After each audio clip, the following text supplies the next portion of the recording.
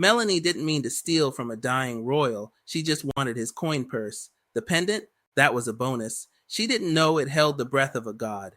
The sky city of Halvara hung in the air like a drifting crown, its floating islands tethered by iron cables and ancient magic. Below it, just endless clouds. Falling meant death, so people stayed grounded, careful, predictable. Not Melanie. She was a thief, quick, clever, and mostly invisible. She moved between districts like wind through shutters until the day she picked the wrong pocket.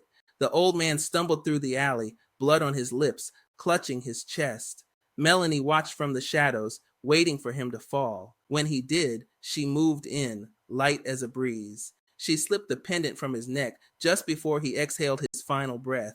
That's when the sky exploded. Wind surged through the alley. It wasn't natural. It spoke. You have stolen the breath of my chosen. Melanie staggered back, pendant in hand. The chain was warm. The air around her shimmered. Then she rose off the ground, 10 feet, 20, floating. She screamed, but the wind swallowed her voice. Then, just as suddenly, she dropped, landed hard. When she looked up, the pendant pulsed with silver blue light, and a whisper echoed in her mind, "You are mine now." That night, Melanie stood on the edge of a rooftop. Just a test, she thought. Just one leap. She jumped. The wind caught her.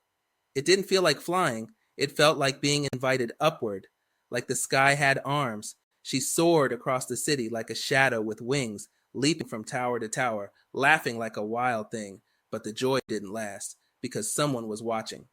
3 days later, she was ambushed mid-flight. Men and women in gleaming white armor rode storm gliders through the sky, brandishing spears of crackling lightning. They moved with precision, fury, and purpose. One shouted, "Drop the pendant, thief. That power is not yours." Melanie grinned. "Then come take it." The sky erupted. She twisted through the air, wind coiling around her like armor. The pendant glowed bright, and with a shout, she sent a shock wave of wind that knocked 2 gliders into the clouds below. But they kept coming. Too many. Too fast. She dove into the underwinds, the maze of abandoned platforms and old windmills beneath Halvora. They didn't follow. In the depths of the underwinds, Melanie met the one who had once worn the pendant. He wasn't dead. Not fully. Just changed. Wind and shadow. Voice and memory. He told her the pendant held Veru, god of storms, bound centuries ago to protect Halvara. But the Order had betrayed him, stealing his breath and chaining his will. Melanie hadn't stolen power. She had freed it, but freedom came with cost. "The wind has no master," he whispered, "but it always carries a price." The Order attacked again, this time with a sky cannon meant to blow her out of the clouds. Melanie soared into the storm above Halvora, wind howling around her, pendant blazing. She faced them in the heart of the thundercloud, lightning dancing across her arms. They thought she was a thief, but she wasn't just carrying the god's breath.